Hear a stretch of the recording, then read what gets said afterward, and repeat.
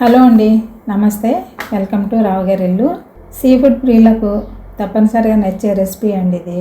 చేపలు చాలా చిన్నగా ఉన్నాయి కదా, వీటిని సీరమీన అంటారండి.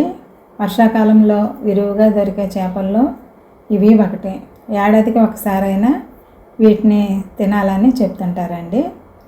సీరమీనతో ఇగురు పెట్టానండి, రుచి అదిరిపోయింది. రండి ప్రాసెస్లోకి వెళ్ళిపోదాం. సీరమీను ఇలా ఉంటుందండి. చేపలు చాలా చిన్నగా ఉంటాయి, వర్షాకాలంలో మాత్రమే దొరుకుతాయి. ఇవి దాదాపు అరకిలో ఉన్నాయండి. వీటిని పెద్ద చేపలు క్లీన్ చేసినట్టు చేయరండి. చేపలు శుభ్రం చేసే రాయిపై కొన్ని వేస్తూ నెమ్మదిగా అరచేతితో రుద్దితే సరిపోతుంది. ఉప్పు పసుపు వేసి 5-6 సార్లు శుభ్రంగా కడగాలి. పల్లెల్లో అయితే ఇలా ఇనుప జల్లెడలో శుభ్రం చేస్తుంటారండి. ఇగురులోకి ఒక పెద్ద ఉల్లిపాయని గ్రేట్ చేసుకోవాలి. 3 పచ్చిమిర్చిని కూడా కట్ చేసుకోవాలి. మసాలా కోసం టీ స్పూను అల్లం వెల్లుల్లి పేస్టు, 2 లవంగాలు, 1/2 ఇంచు దాల్చిన చెక్క, 3/4 టీ స్పూన్ గసగసాలు, 1/2 టీ స్పూన్ ధనియాల పొడి, 1/2 టీ స్పూన్ జీలకర్ర తీసుకోవాలి. వీటన్నింటిని ముద్ద చేసుకోవాలి. 1 అంగుళం పచ్చి కొబ్బరి ముక్కను కూడా నూరి పక్కన పెట్టుకోవాలి.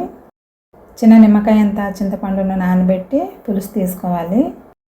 ఇంకా ఉప్పు, కారము, పసుపు, నూనె అంతా మామూలే కదండి. అవి నేను కూరలో వేసేటప్పుడు చూపిస్తాను. 100 గ్రాముల నూనె వేడి చేసి ఉల్లిపాయ గుజ్జు, పచ్చిమిర్చి వేసి లైట్ బ్రౌన్ కలర్ వచ్చే వరకు వేయించాలి. మంట మీడియంలో ఉండాలి.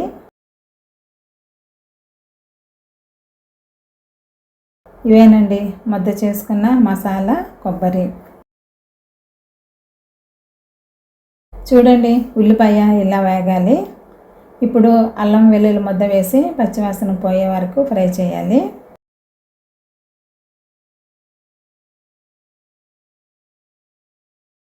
అల్లం వెల్లుల్లి పేస్టు పచ్చివాసన పోయిందండి.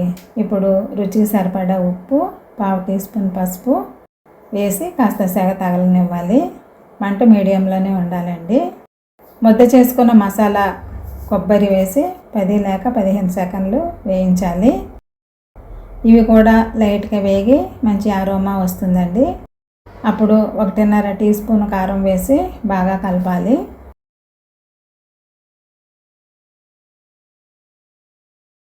కారం కలిపిన వెంటనే శుభ్రం చేసుకున్న చేపలు కూడా వేయాలి. చేపలకు 1 నిమిషం వేడి తగిలాక టీ గ్లాసుడు నీళ్లు పోసి ఉడికించాలి.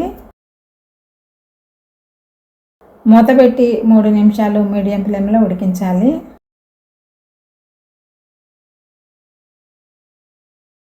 మూడు నిమిషాలు అయిందండి.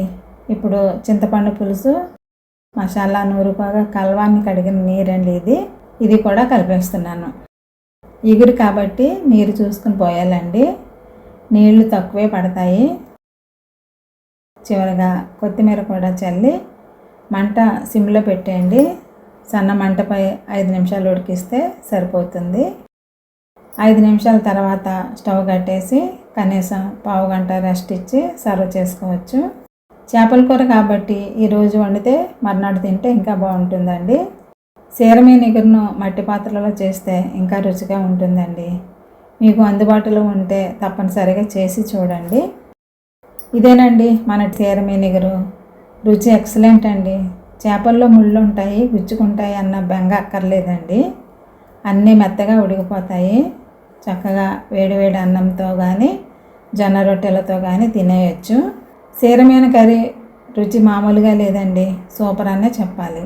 ఇంట్లో సీ ఫుడ్ ఇష్టపడేవారు ఉంటే తప్పనిసరిగా చేసి పెట్టండి. ఎలా వచ్చిందో కామెంట్ చేయండి.